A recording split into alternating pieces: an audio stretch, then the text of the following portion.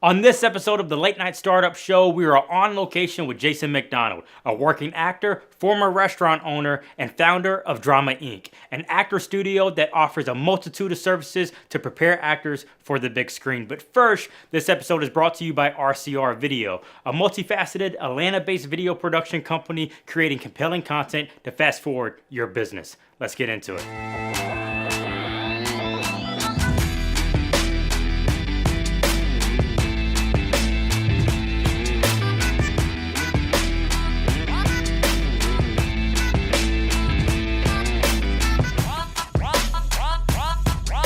Well, Jason, thanks for joining us today. Really appreciate you coming on to be on the show. If you would, just tell us a little bit about your experience in business and what you do. Okay. Thanks for having me. Appreciate it. And here we are at Drama Inc., which is a company that I founded with my wife, Catherine Dyer, and our friends and colleagues, Claire Bronson and Scott Poitras. We opened in spring of 2013. And we provide a space for actors of all levels to learn and grow. And it's kind of morphed into a bunch of different things, classes, workshops, seminars. Headshots even. Headshots. Claire and Scott edit people's demo reels. It was a one-stop shop, huh? Basically, that was my idea. I had the idea for the business 8 years before we opened. Mm-hmm. I had the logo for 5 years before we opened. Oh, wow. I had the outline on paper. And then Catherine and I had talked about it a bunch, and then when we met Scott and Claire and became friends with them, they were like, well, we had this idea for a studio that would do this and this and this, and we were like, oh, well, we had this idea, and it was the perfect match. That all of us bring different skill sets, and I think all four of us are good, dynamic teachers and instructors, but we each bring something different to the classroom. But it's really morphed into, we've rented out for casting. We've had the founder did their casting out of this space. Okay. The accountant did their casting out of this space. Some major films. Major films, yeah. Which is cool for us to get to see that side of the world. Mm-hmm. But I come from a restaurant background. Mm-hmm. I mean, I'm classically trained as an actor. I studied in New York City. Like all actors, you have to have a second job. So when I was a young actor in New York, I started waiting tables and bartending, and we actually ended up being kind of good at it. Yeah. And when we moved to Atlanta in 2006, a friend of Catherine's sister had just opened this restaurant, and it had been open 6 months, and she was thinking she was going to have to close it because it was not doing well. Yeah. And she basically said, please come bring your restaurant expertise. And so I helped turn it around. So when you say expertise, though, did you come from waiting, or were you? I had managed a bunch of restaurants in New York. I was bartending at a restaurant, and then I became a sommelier, and then I became the dining room manager. And then I went to another restaurant as a dining room manager and wine beverage director. So you had the resume to... I did, yeah. So actually, when we moved to Atlanta in 2006, I was actually shopping to the top restaurants like Bacchanalia. Okay. They hired me for 30 days.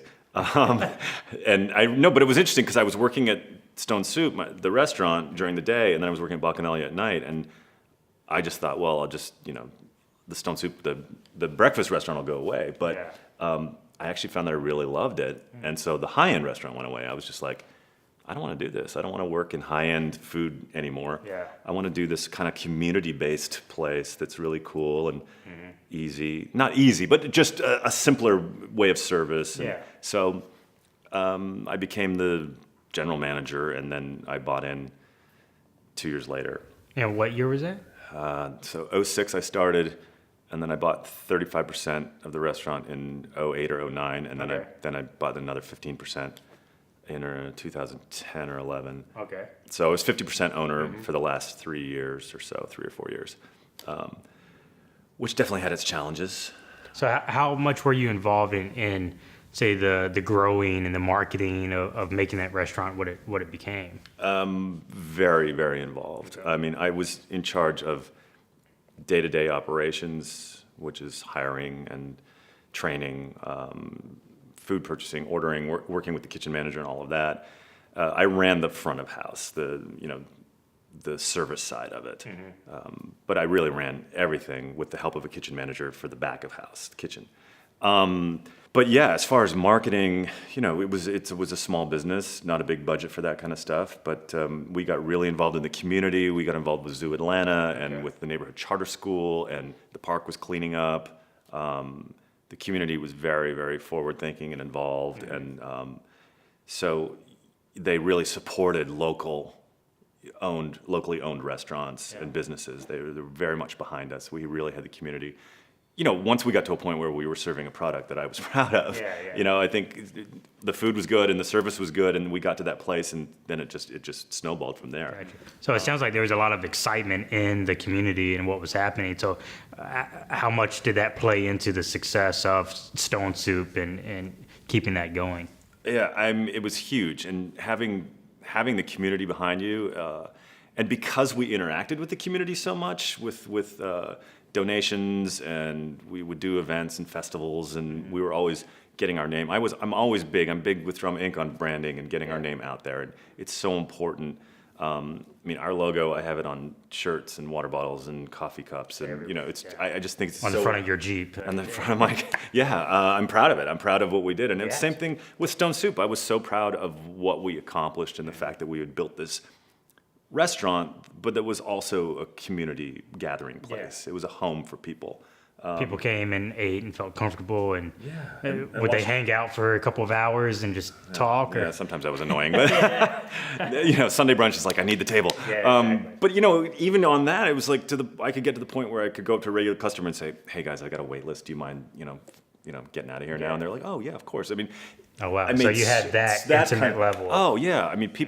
People knew me, and people would come in and bring their friends and be like, "This is Jason. This is the guy you got to know." And I like that. I like that feeling. I like that feeling here at Drama Inc. I like to be recognized as someone who, I do. I like people. I care about people, and I want people to enjoy whatever it is that we do and what we're offering, whether it's a plate of pancakes or it's an acting class for your kid.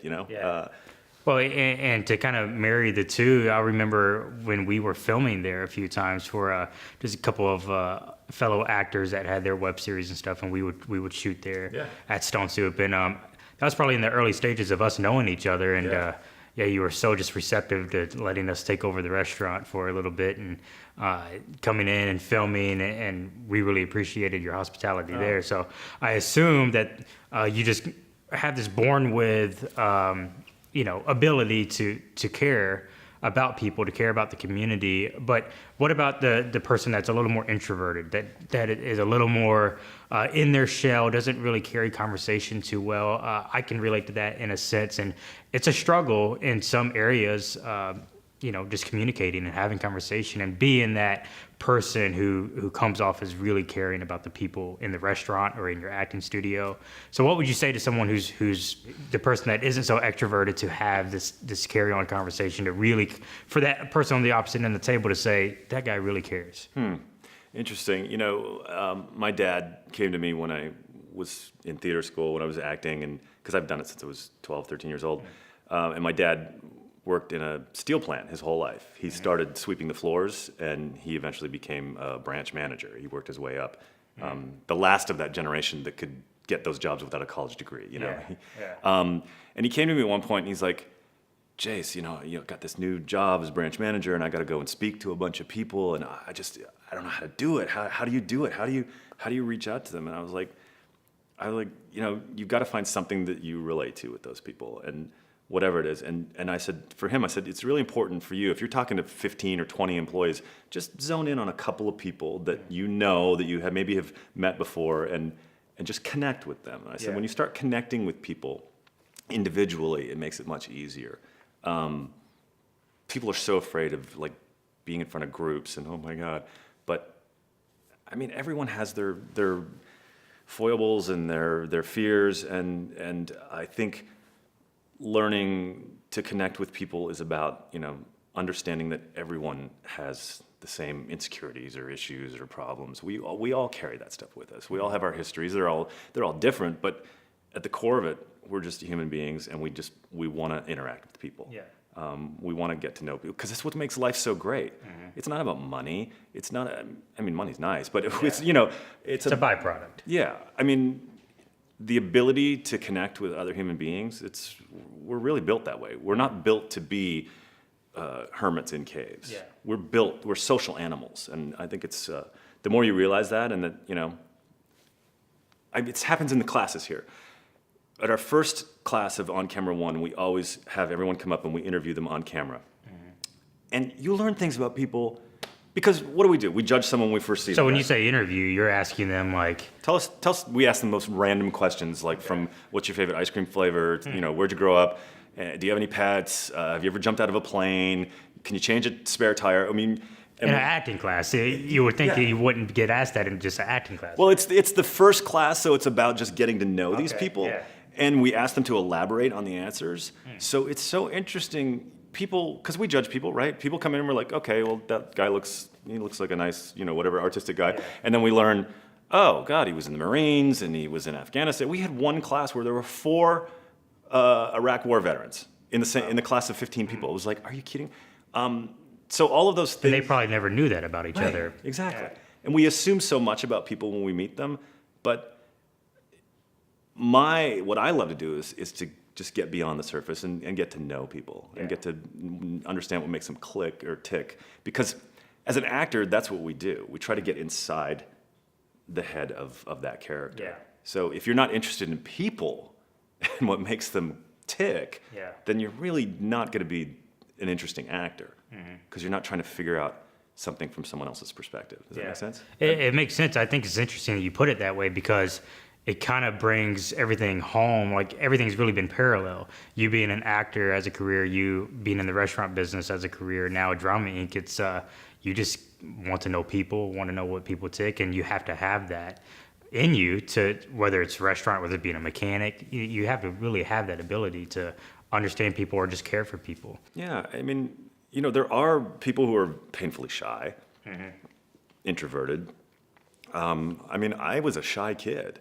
And getting into the theater when I was 12 helped me come out of my shell. I was a very quiet, I won't say timid, but just shy.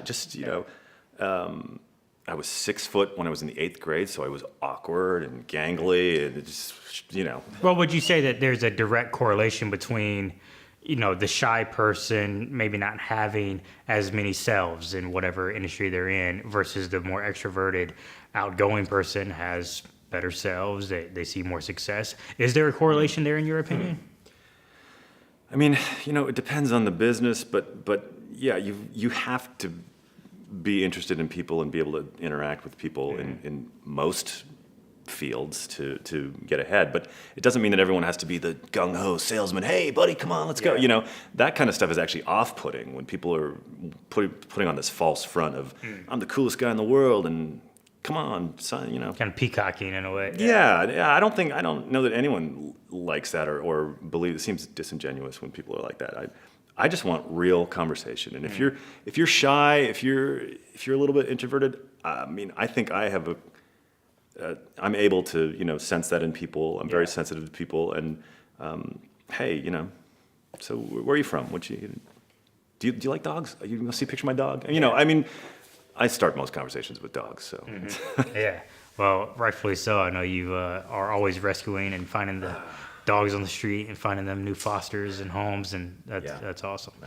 Let's talk about the difficult times, because you know people, you're good at being a people person, but I assume with that, you've been screwed over time and time again. I mean, you have the people that are extroverted and they're very people friendly, but on the inside, they're kind of sleazy. They're kind of crappy. So have you ever run into those type of situations where you've kind of been stabbed in the back?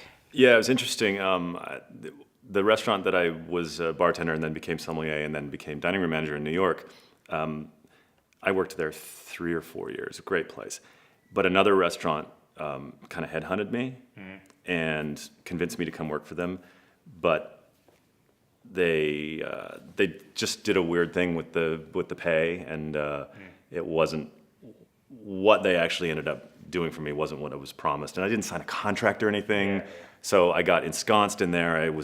I quit my other job. I was training at this place, and they were paying me a rate for training, and then it was supposed to go up to a certain amount after 6 weeks, and that didn't happen. And the guy who hired me he was just a smiling sleazeball.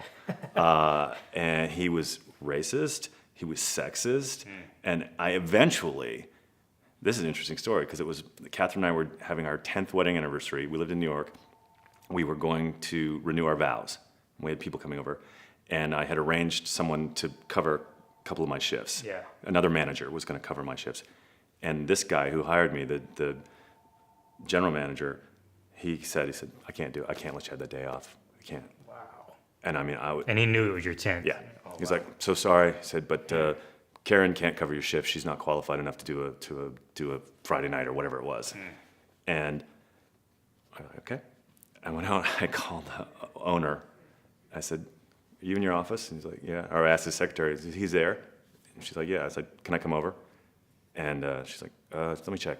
So, long story short is I went over there, sat in front of his office, and I said, all right, this dude, ask this bartender, this server, ask about all the sexual. He was fired that night. Wow. And I got to do my vow renewal, but it was like just so, I was like, and I'm still, even at my age, at 51, I'm still blown away when people are just outwardly sneaky, mean a-holes. It's like, what? And even then, as the actor, I'm like, what makes them tick? Yeah. Why are they like that? What horrible thing happened in their childhood that they aren't able to let go of that just makes them such a dick today? So that was one. And then Stone Soup, the restaurant here in Atlanta, my business partner and I, we saw eye to eye for a while, and we disagreed pretty strongly on a lot of things. And the deal with that, and again, I didn't sign a contract. The deal was when she turned 60, she was going to retire and sell me her half of the restaurant. So you would have 100%? Right. I was going to be the sole owner. And I had plans. I was going to open for dinner, all this stuff. Yeah. So I had 4 investors. And So let me start. Were these plans like written down, kind of like a business plan? Like you were 100% into this idea? I was like, this is what's going to happen when I become full owner in 2013, and we're gonna roll in dinners. We're gonna start with 4 nights, and then we're gonna add a 5th, and then I had it all worked out, planned out, because I had 4 investors, and I had presented them with my business plan for moving forward, and I'd shown them that first year of sales, when I first came on, the first year was $250,000 in sales. The 2012 was 775 in sales, so an increase of $500,000 in sales. Yeah. So I had it all lined up. And said to my business partner, she turned 60, and I said, so, when are you planning on leaving? When are you planning, let's get a plan in place for you to exit. And you were ready to move forward. Yeah, and then she just said, I'm not selling you my half. Wow. And that's when I was like, oh, okay. And it wasn't this calm, of course. It's much more, but it was a real gut punch. Yeah. Real gut punch. So how much was that talked about over the years of you guys being partners? That was the last, especially when I became 50% partner, that was, and again, get things in writing. Yeah. Get things in writing. Totally. I mean, my trusting instinct got me in trouble again, which was this person is going to be honorable, and they're going to, move to the side when it's time. Yeah. No. So, interestingly enough, I had the whole business plan for Drama Inc. on paper. I'd had it on paper for a few years because I'd always been thinking that they've got to do this. This is something I'm really passionate about. Yeah. But I saw the restaurant. I saw potential to make enough money to really have a secure future. So what happened was I said, well, if you're not going to sell out, then I want out. And my shares were basically worthless on paper. So I basically left with the shirt on my back and started Drama Inc. with no salary. It was a humongous risk. What I did was I went to our investors for the restaurant and I said, hey guys, so there's been a change. Still want you to invest, but I'm going to need a lot less money. And they were all like, oh, okay.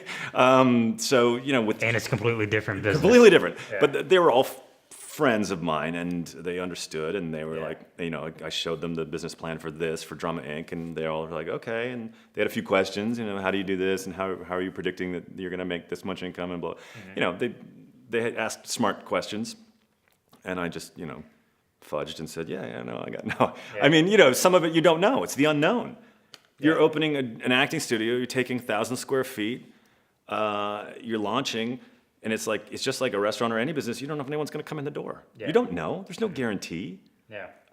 There's no guarantee that 4.5 years later you're going to be booming with a database of 3,000 students and clients from the last 4.5 years. So while working in the restaurant, though, you were still acting and pursuing that. Okay, so you still had kind of the foundation for Drama Inc. and Okay. My wife was acting, and Claire and Scott were acting. Claire and Scott, your partners My in Drama business partners in Drama Inc. Also friends, and we just got serious about this. And the initial idea was to not get a brick and mortar space.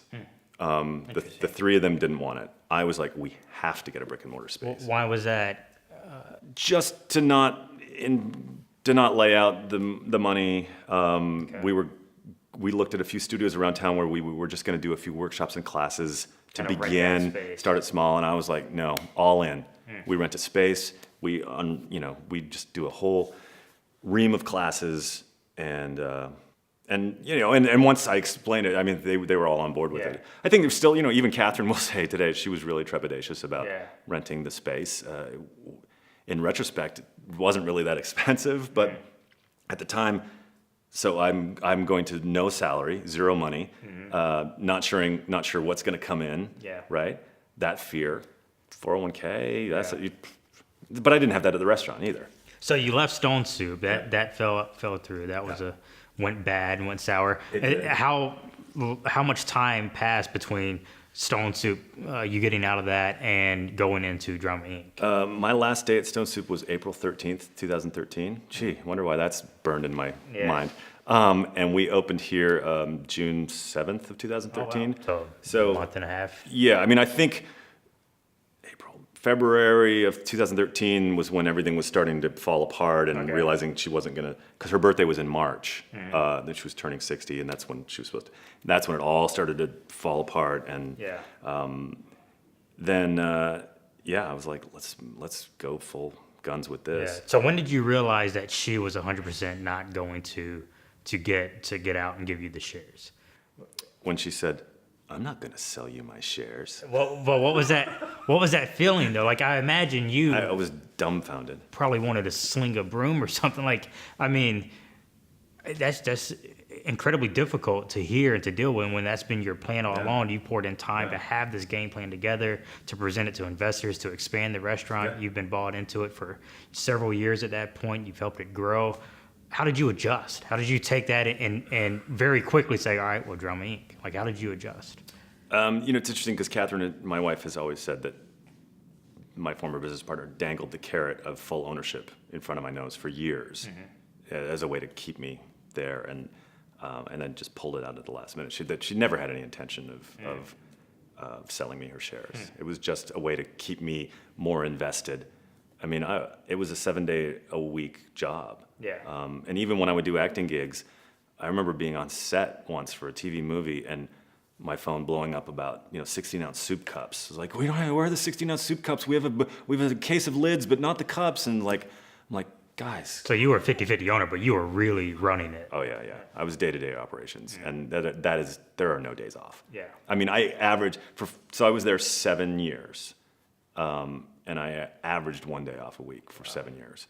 And in 7 years, I had one full 7-day vacation. Wow. I mean, I would get 2 days here, or 4 days there, 3 days, but 1 week vacation, one of those in 7 years. Because I'm an all-in kind of guy. Yeah. Some of it may be my own fault because I'm just like, I gotta do it. I gotta take care of everything. Yeah. What's the drive to succeed? Right, it is. Yeah. And I'm still very proud of the restaurant, and it's closed now. She had it another 2 or 3 years, and I don't, I'm not gonna say anything disparaging, but I have been told by many, many people that it was just not the same after I left. And because I don't think she could find anyone that cared as much as I did. Yeah. Well, I mean, you focused on the community and the people and the pancakes. Like, you really cared to provide excellent service. And just as you do with Drama Inc. and as you do on screen, I mean, you've acted in a couple of our films, and you bring this level of excellence to everything that you do. And I think that speaks leagues of your character. But how does that not discourage you? I'm sure that one incident was a lot, but I mean, you have 4 investors in Drama Inc. You have 3 other partners. What responsibility level do you feel, and how do you not get discouraged when things get hard? Maybe your sales are down in a month. How do you just stay focused? It's funny you're asking that, because this is the end of the month. This is the last day of October, and I spent yesterday in the morning writing a bunch of checks and month end, and it's like, I'm always proud every month. It's like everyone gets paid, We still work under the 4 partners get distributions at the end of the month. We still don't pay ourselves a salary. We pay ourselves depending on what is left, and what we're constantly reinvesting in the business. We took another 1,000 square feet next door. We just took another 1,800 square feet down the hall, and we're constantly looking at ways to improve and do it better. And our teachers tell us that we're very generous, that we it's interesting. Met with a woman earlier today who was signing her teenage son up for our on-camera 1 class, and she wanted to come in and meet us and just chat and see the space. And she was like, great, I'm going to sign him up. And I went over to the computer, and I was, typing in his name. And she's like, so how much is it? And I said, it's $295. And she said, no, for the whole thing. I was like, no, it's $295. She's like, for a 6-week class? I was like, yeah. She's like, why is it so cheap? I'm like, because there are a lot of young actors who don't have a lot of money, and we've always tried to keep it affordable. Yeah.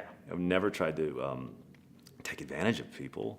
I really just hate, because of the growth in Atlanta in the film and TV industry, we've seen the, as my mother calls them, rounders and bounders, the people who are just trying to take advantage, and we're going to make you a star. You can always tell from their websites, because they have stars, and they have, they have pictures, movie posters and trailers, and, it's like all like movie, look at, here's Rachel McAdams, you could be her. It's such bullshit.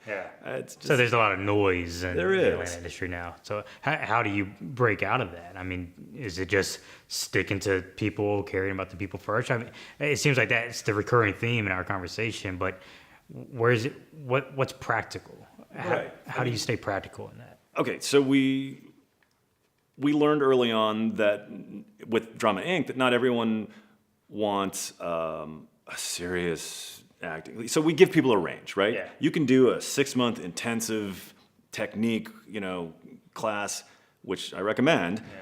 Or you can do like a fun 4-week class where you just kind of dipping your toe in. So I think it's having a range of things for people to try and experience. And we hire great people. And we have a staff that they have to have the same ethic that we do. They have to follow our mission, which is to help, is to educate and help actors. Well, let's dive into that a little bit. How do you ensure that? I mean, I'm sure you kind of interview and have a conversation, but as we've said, there's some people that can come off as if that's their mission, but yet screw you over in the end. So what's your process behind making sure that they have your vision in mind? Yeah, that's a good question, because I think I've become better at sensing people who are full of crap. And we've been fortunate that we know so many people in this community. So when we were hiring, like Alex Collins, who teaches for us. I mean, we knew Alex. He's a great actor. He's a terrific guy and very passionate about this. He has the same. I mean, I walk by and hear him teaching class sometimes, and I hear exactly the same things that I say in my classes coming out of his mouth. And we don't script that for anyone, but it's just that we're on the same wavelength all the time. That's awesome. Jerry Tubbs, who came to us, she moved here from LA, and she has her MFA from UCLA, and she's had 7 years of experience teaching in LA, and we just knew that she was. And as soon as we sat down, they were like, "Yeah, this person is what we call PLU, people like us." That's good. People like us. PLU, yeah. And Dustin, who's our studio manager and teaches a Meisner class, we just, again, it's just, you get a feeling. Yeah. But yeah, I mean, do I cover my bases now? Yes. Everyone signs Yeah. releases and contracts. And Why is that overlooked? There's always been a question that I feel like, I've been in business since I was a teenager. That's a strong statement, but you get what I'm saying. Like, I've always been pursuing video production and this as my career, and we try to get people to sign contracts in every realm of video production.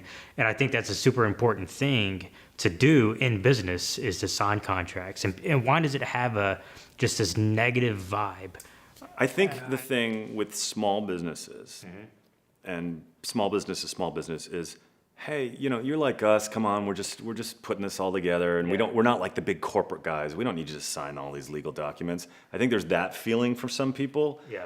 But I've learned that getting things in writing and setting expectations,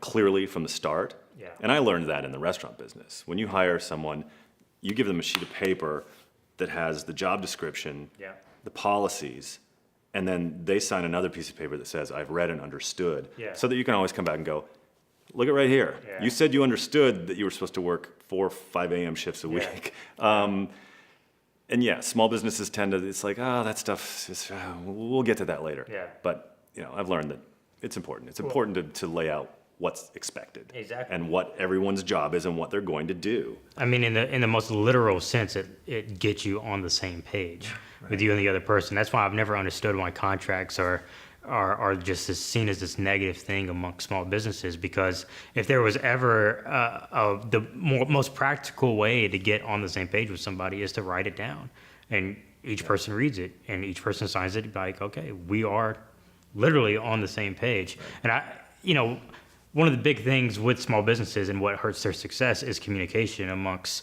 whether it's them and their partners, or them and their employees, or them and their customers. Communication can absolutely kill, or the lack of communication can absolutely kill a small business. And I've always seen contracts as a way to pretty much open the door for communication, to be on the same page. If you disagree with something that's written on that contract, you talk about it, and then you adjust or you move on.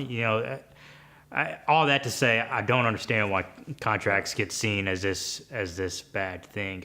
But as you said, you went through a couple of business handshakes without signing on the dotted line. So I think it's an easy thing that we just do for some subconscious reason. I mean, every new student here signs a waiver, basically, just saying that, if their car gets broken into, we're not responsible. If they trip and fall, we're not. I mean, you have to cover yourself.